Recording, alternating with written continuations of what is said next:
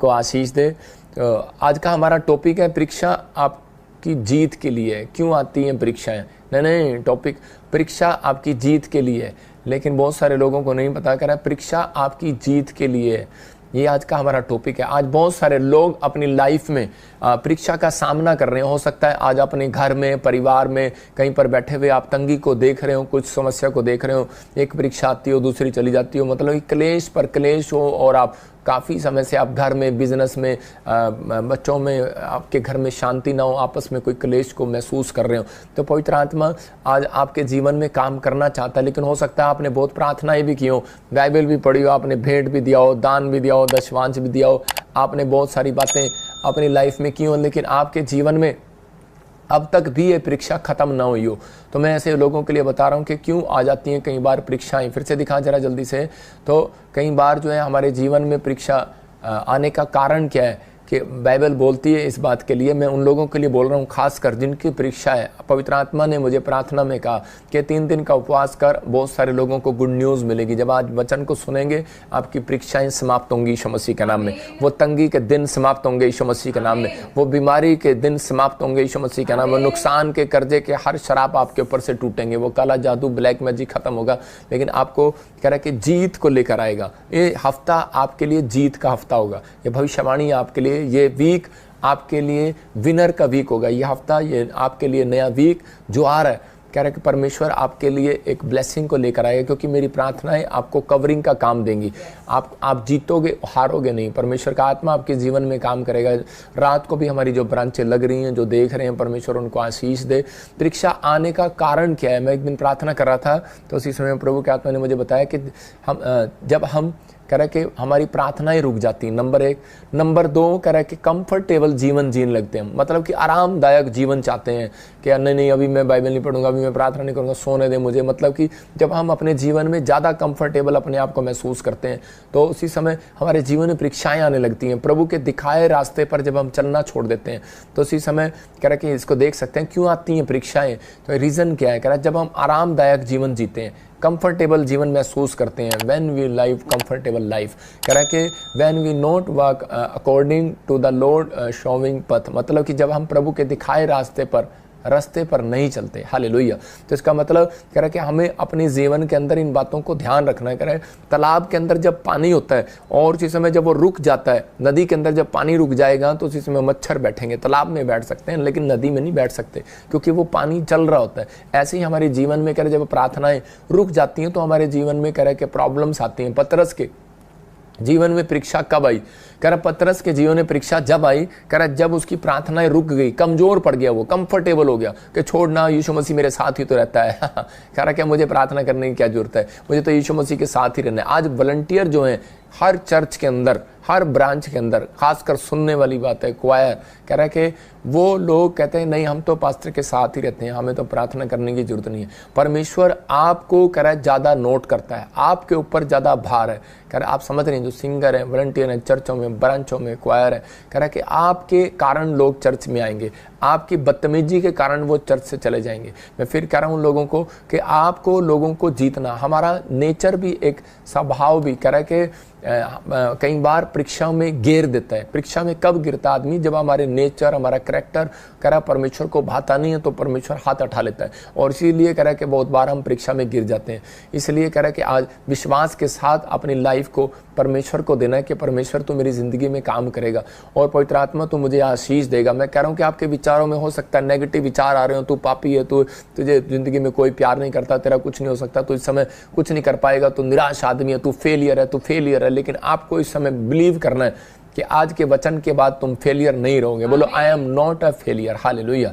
इसी समय परमेश्वर आपकी जिंदगियों में काम कर रहा है यीशु मसीह के नाम में। पतरस परीक्षा में जब गिरा, क्योंकि जब वो कमजोर हो गया था, जो मतलब कंफर्टेबल महसूस करने लगा था अपने आप को।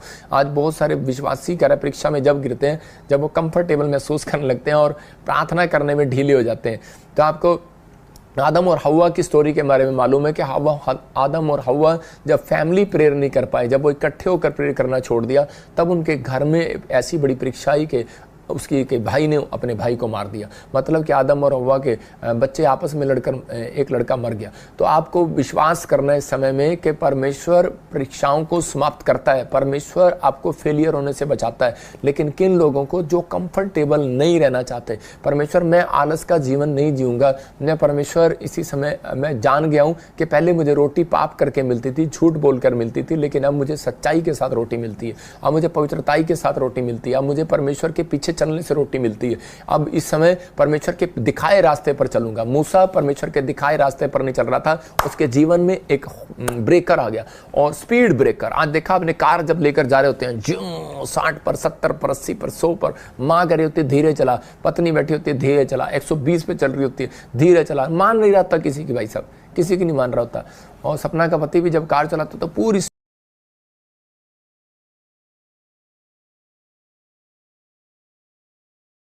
स्पीड पे चलाता, बेचारी बोल रही होती है आराम से चला, आराम से चला। एक दिन स्पीड ब्रेकर आ गया, अब उसको झटका लगा, उसने आराम से ब्रेक मारी, अब भी तो ब्रेक मारी ना। मेरे कहने का मकसद है कि वो हमारी लाइफ में होता है, हम लाइफ में ऐसा ही करते हैं कि हम रुकते नहीं किसी के कहने पर, हमारी मन जो कहता है हम वो करते हैं। और उसी समय जब कोई परीक्षा आती है तो वो स्पीड ब्रेकर बनकर आती है, और उसी समय और हम अपने आप को उसी समय रोकते हैं, फिर कहते हैं हाय ये क्या हो गया। मूसा के जीवन में कह रहा है कि वो उसको चलता जा रहा था, राजा के महल में था, लेकिन कुछ स्पीड ब्रेकर नहीं था और आराम से जीवन जी रहा था। उसको पता ही नहीं है कि तू कहां से परमेश्वर के जीवन में आया, परमेश्वर ने तुझे क्यों चुना है, क्यों नाम लेकर बुलाया। और उसी समय वो जा रहा था, परमेश्वर उसको दर्शन भी दे रहा होगा, उसे ड्रीम में बातें भी कर रहा होगा कि तू मेरे काम के लिए है, तू यहाँ से अलग हो, लेकिन नहीं हो रहा था। और एक दिन उसने उठाकर कह रहा कि मिस्र के एक लड़के को मार दिया, एक सैनिक को मार दिया। और उसी समय जब उसके जीवन में स्पीड ब्रेकर आया, वो भाग गया वहां से, लेकिन उस समय वो परमेश्वर के नजदीक चला गया। हो सकता था कि वो उस परीक्षा में पढ़ने के बाद, वो मर्डर केस होने के बाद